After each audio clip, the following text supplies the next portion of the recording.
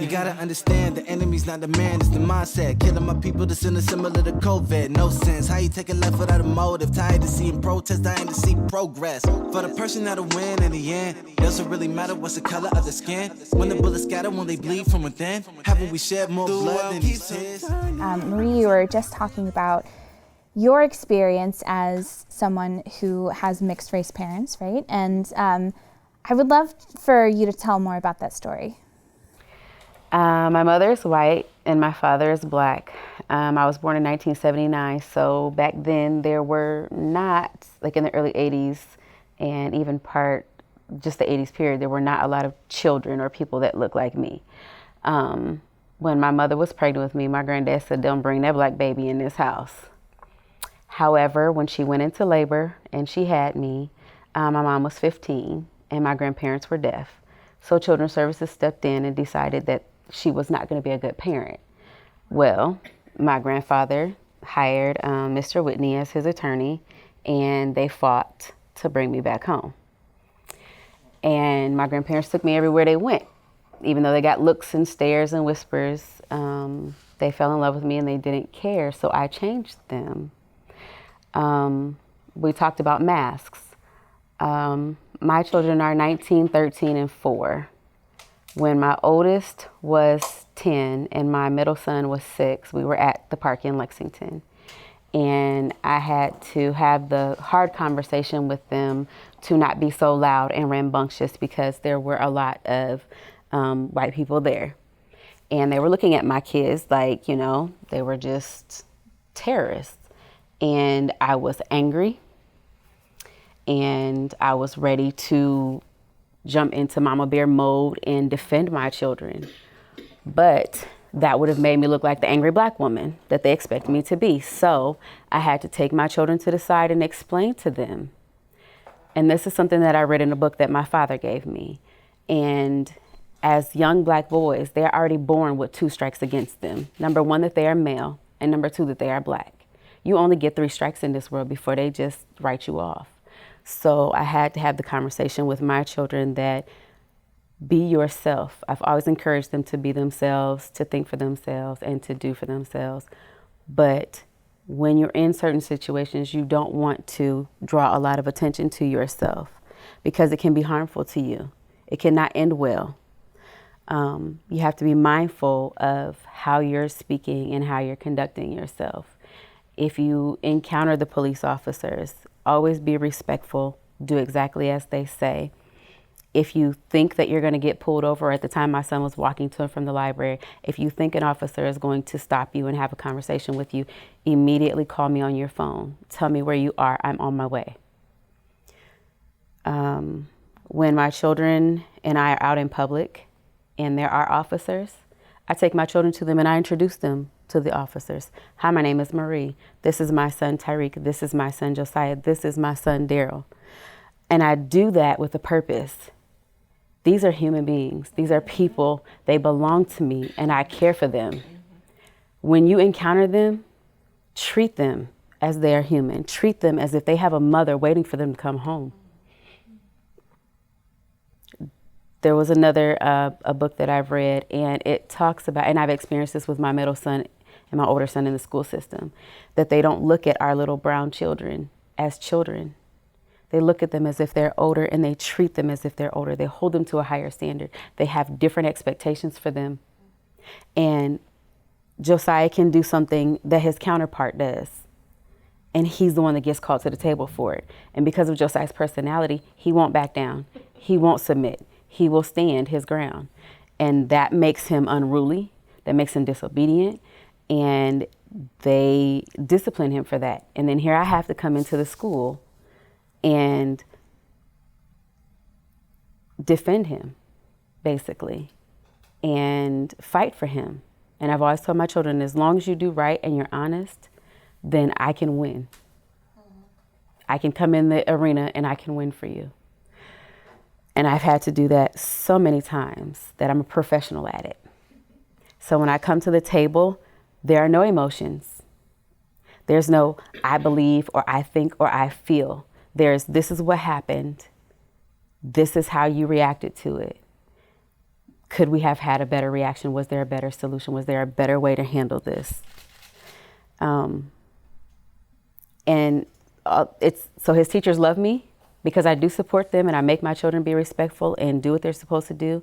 But then they hate me because I come to the table and I hold them accountable for how they are handling my child.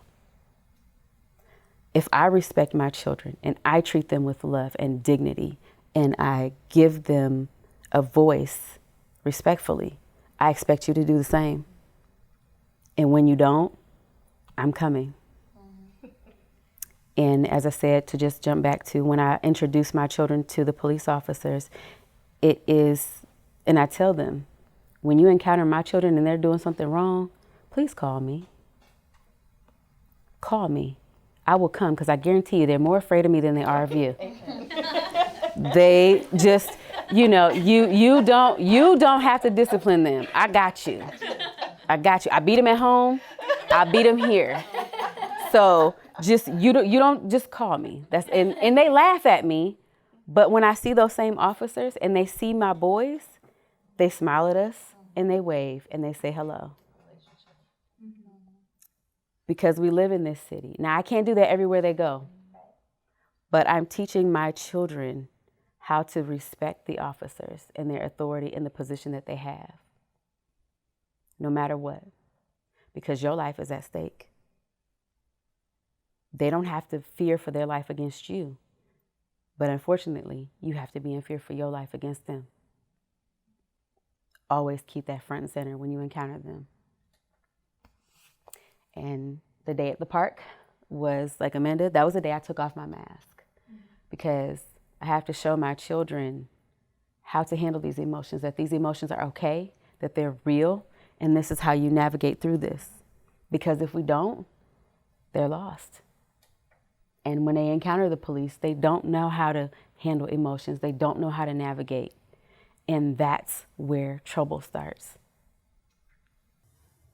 Amanda, I know that you're a teacher, and I'm wondering how you felt hearing Marie talk about her kids in school. Funny that you said that, because I worked at she knows Josiah. I worked at Salvation Army, and is that okay to say that? I worked at Salvation Army, and her little boy Josiah was probably in second grade, maybe, when he was coming there. And I'm sitting here nodding because I'm going, she's straight up. I was the secretary, and I remember her telling me, I remember you switching schools and having, a conversation with the teacher about that. And she's a force to be reckoned with. I would not, but you know what? I wish that for every black and white child, but especially the black boys. We see the ones in our neighborhood that nobody's paying attention to. And they're the ones that just gut me. And we had them at our house today. Said, it's time for you to go home. Well, nobody's there. So who's paying attention to you? You're 10. He's like, I don't know. All right, come on. So it's just, I want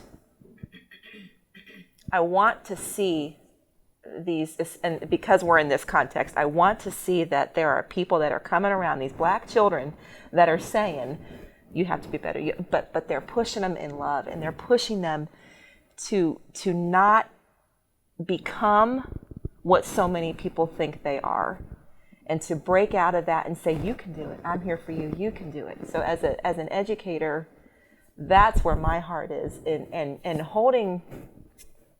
I have to be real careful here. Holding my peers to that same level that they would want somebody teaching and putting forth towards their own children, you better be doing it to these children that are in front of you. You are responsible to them. You signed up for this. They didn't. You signed up for this. Act like it. So. I'm curious, to the moms in the room, what's been the scariest time of motherhood that you've experienced with your kids? Bringing them into this world and knowing their appearance might not be accepted by the world. So my fear happened at 19 when I had my son, because I already knew. And his father is a big dude. He's 6'5". He's a big black man. Carter has every potential to be that. So that was the seed then. Assumption, as soon as I knew I was pregnant with a boy, it started there. The fear started there, unfortunately. Now, if I put that on him, no, he'll never know that. He'll never know that I fear for him most days than not. And I fear that I don't fear, well, I do fear. I fear that I'm not doing enough by him to raise him in a world like this, if he'll make it, because he is so sensitive, if he'll make it. So that's my biggest fear, is raising him enough to be strong enough to live in this world. That's my biggest fear for my children, to be strong enough and to bear it. I think I was like naive because I knew I had little brown babies, but I never viewed my son as like he's a black boy until recently. My most like frightening moment as a mom of biracial children would probably be just recently them watching these videos. Our daughter had watched it at her grandma's and came downstairs one night sobbing. I thought the worst. I thought she had done something like silly. Like when I realized she wasn't physically hurt, I thought, oh my gosh, like did she send a picture? Like I was scared. I was like, what? Because it was that type of crying. And then when she sat down and she was just like, Mom, like why is it like this? What if this happens to my dad, or what if this happens to my brother? And the scariest thing for me was that I didn't know what to say to her. Like I couldn't say, don't worry, no, it won't happen. I couldn't say that. And now my son's 14, and he's starting to go places without me, and that's when the fear sets in. I dropped him off at the pool. We just got a membership to the pool. And in my head, I'm thinking, don't be too crazy. Like, don't go there with your friends, and don't not listen, and don't splash people. Silly things that I shouldn't have to tell my son. That what's funny is my parents never told me. My parents probably never worried about those things with me, that I was going to go somewhere and that people were going to like single me out. But I worry about that with him. Like I have to say, don't be so loud, don't be, and it's infuriating. That's what makes me mad, is that I shouldn't have to tell him that. They shouldn't have to be better. They shouldn't have to do more just to be viewed in somebody's eyes as the same. And it makes me mad. Like that's the anger in me, is when I feel like I have to have those conversations, because it's ridiculous. It's ridiculous that it's 2020 and that that my son is going to have to work harder for no reason other than the color of his skin. Deanna, you mentioned that you have older children and now grandchildren. How does it feel that you're still having those conversations? Excuse me. I would think it feels the way that my father feels seeing me, and my grandmother who's still living, and she's in her 90s. My father's in his 70s. I'm in my 50s, and my son's in his 30s. And so when I look at that, it just hasn't changed, just nothing's really, really changed. So I think that for me first, the scariest thing was just seeing them become adults. That was the main thing. And I feel like I was very intentional. Like we as a family knew what kind of odds you're up against.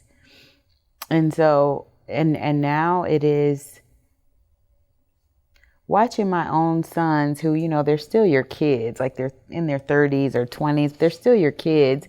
And then watching them have to try to man up for their kids in a situation where how, they're your kid. You already know how equipped they are, So I think that's been scary for me. I mean, I called my oldest son and like, how are you doing with this? Like, you're leading a family. He's got a wife and 4 kids.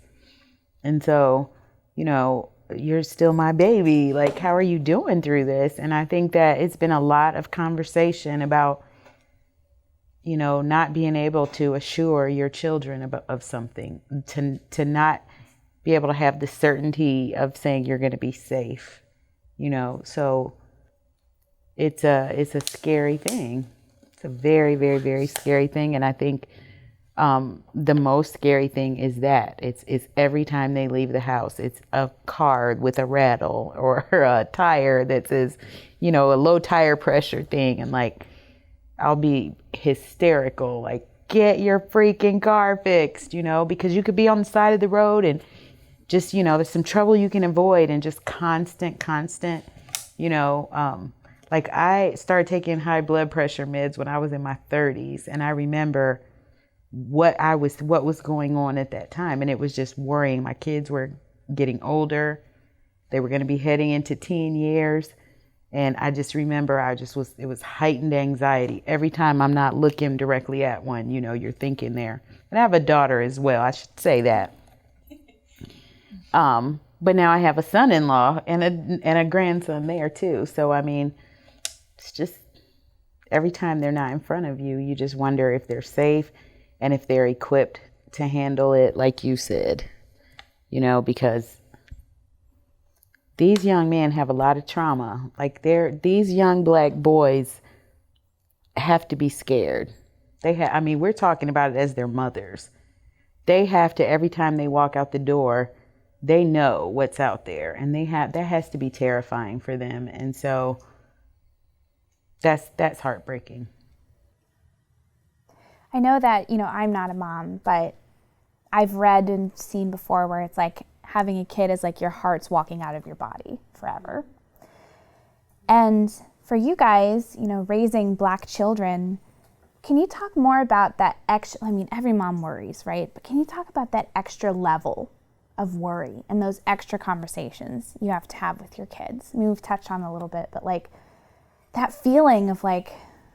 Sometimes, you know, and I feel very guilty about this, but with my sons and my worrying, I do this a lot. Sometimes I am too strict on them, and the bar's here, you know, and mind you, I have a 10 and a 5-year-old boy, okay? With my 10-year-old, I'm very strict on him because I know what the world perceives him as. So with grades, with how he carries himself, with how he talks, I'm almost programming him, and sometimes I don't allow for him to be himself because I have that fear. Listen, boy, somebody's gonna think that you're stupid or you're ignorant or you're one of them Black kids, unruly kids, so you will not act that way. You will not be that way. So it's hard for me to find balance with my children because I know how the world is. So that's been what I've been navigating as of lately is like, Katie, they're kids. These are kids. Not putting a color on it or anything. These are kids. But at the same time, though, there's that close reality to where your number one job is to get them ready for this world. So it's the balance in that. Finding the balance in that. Sister, let me give you some encouragement. Just love them. Love them. Tell them that you accept them for who they are. Build them up. Pray over them and make them strong in mind and in heart. Make them believe in themselves. That's all you can do. That really is all you can do. Because when they leave your womb, they're ours, but their world will take them. The world will take them, will chew them up, and will spit them out. So let him be himself. Teach him that he is beautiful and that he is strong, that he has a purpose. And teach him to be an employer and not an employee. Teach him to find what his passion is and to create a livelihood for himself so he doesn't have to be under nobody. That's all you can do is really honestly just pray and fill them with so much love that when they walk out the door, hate can't touch them. Let him be himself. Because if you don't, the world will tell him who he is. And you don't want that. Because the world don't see him as a human, as a person. They don't see him as valuable. You have to do that. What's something you want to tell the world about your kids so they don't see everything that you just said? Oh, God. Tears will flow on that one. Well, Lord have mercy. Don't get me started. Let's not personalize that much now. Here's the thing. I'm not going to tell the world anything because my children will be who they are and they will show them who they are. They are strong enough. I have filled them with so much love and so much prayer and so much personal acceptance that as long as they're respectful of me, of themselves, and of others, be who you are.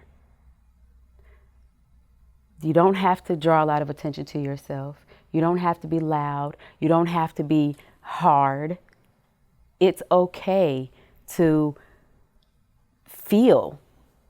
Not everything. I've had to teach my middle son that not everything was a crying moment. But it's okay to cry.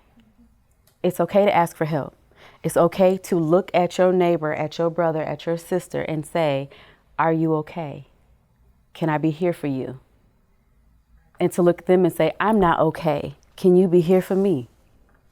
That's so hard. My oldest sons have been taught that emotions are not okay, despite what I have taught them. They listen to their dad. And so they don't really show a lot of emotion, and that hurts me because it's unhealthy. And that, along with what the world will heap on them, gives them the PTSD, gives them this thing about how they have to be so hard and so strong all the time and how they have to be a man. And no matter how much I counteract that with, you're still a man. And it takes great strength to recognize what you're feeling, to acknowledge it, and to address it. That's where true strength is.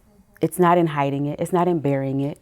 It's in living your truth and being who you are and allowing yourself to get help if you need it, or to even just take time away from everything and go by yourself and do some self-love, some self-healing. You don't always have to invite other people in, but it's necessary. It's so necessary for a healthy life, healthy mind, healthy relationships. It's a vulnerability that our boys need to know is okay, especially our boys need to know that it's okay. I think that for me, like what I pray the world sees when they see my son and my daughter, but I guess I do worry more for my son, obviously, with everything going on, but that he is so tender, that he is so, like, he's so sweet, and that they don't have to be afraid of him, and that he is argumentative, but it's because he's so passionate. It drives me crazy sometimes because he's 14 and I want to strangle him, but he's so smart. Yeah, he's so smart, and that he is good, and I shouldn't have to say that. Do you know what I mean? Like, that's, I think, what makes me so mad, is that I shouldn't have to, like, give a disclaimer for my son, for somebody to see him and for him to be good. My parents didn't have to do that for me. Like, why do I have to wish that? Why is that not natural? Like, why do they not look at him and all little brown boys and think that they're good, you know, that he has a family who loves him, that he has a mother who loves him, that he's going to do great things, and that he's not a threat. I'm going to pass that question over to my sister. She can talk about it from being an aunt, because she's their aunt and they love her and she's very close to them. So yeah, I have how many nephews do I have? 5 total. Is it 5? So she has 3 of them, and then I have 2 others. But what I love, I was just with 2 of her boys in South Carolina, and what I would say to the world about specifically those 2 is to see them interact with the kids is they're so harmless, and there's this deep love that's so rooted in them. There's a respect, there's a nurturing, there's skill, there's talent, there's beauty, and there's strength, and there's softness, and it comes out of all of them. I just know I was just with those 2. They'll hug you, and they're sweet, and their eyes are soft if you look in their eyes. And to think of anybody ever like attempting to hurt them. Again, I don't have kids, like they're the closest to being who my kids would be. And like I lived with my sister, and so I mean they got on my nerves when they were young, and but just to watch them grow up, and they literally would not hurt anybody. And to know that I sat on a Tuesday night in my car, like praying and sobbing for those boys, because there's going to be a day when maybe somebody won't give them a chance. But I'm like, I have years with them. And honestly, if you just would have paused and talked to them, they'll be fine. They're probably not doing anything wrong. That's the chances they're not doing anything wrong. And they're human, and they're valuable, and they know they're valuable, and you just see that in all of the ways that they how they love their families, how they love us, how they treat women, how they treat their nieces and nephews, how they treat their wives. They're valuable. I would just want everybody to know that. That's what I would say about them too. Seconded. Since we're talking about motherhood, I have to say this. You guys are gonna hate me, but we brought up earlier that watching that video of George Floyd, he called out for his mom. How did that make you guys feel? Because I'm not a mom, and it is a visceral reaction. So knowing that he wanted his mom at the end of his life, God, what did that make you guys feel? I believe that if my son would have been in that situation, he would have called for me. I believe any of them would have. And I believe any of your sons would have called for you, and all of our sons would have called for us. So I think that's the thing that unites us as women. I mean, certainly there are always exceptions to that, but by and large, what we started out talking about, being feminine and all of that, it's comfort and it's safety, and it's the closest thing that they know to unconditional love and nurturing. Mm-hmm. So I think, again, when he called out, all of us felt it, and all of us immediately, our hearts and minds went to our own children.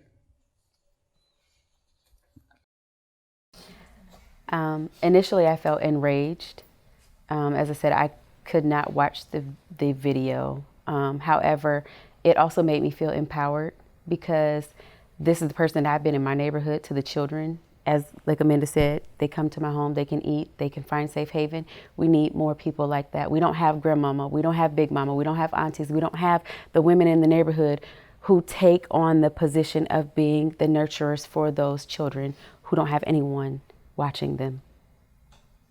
So that is my call to the world.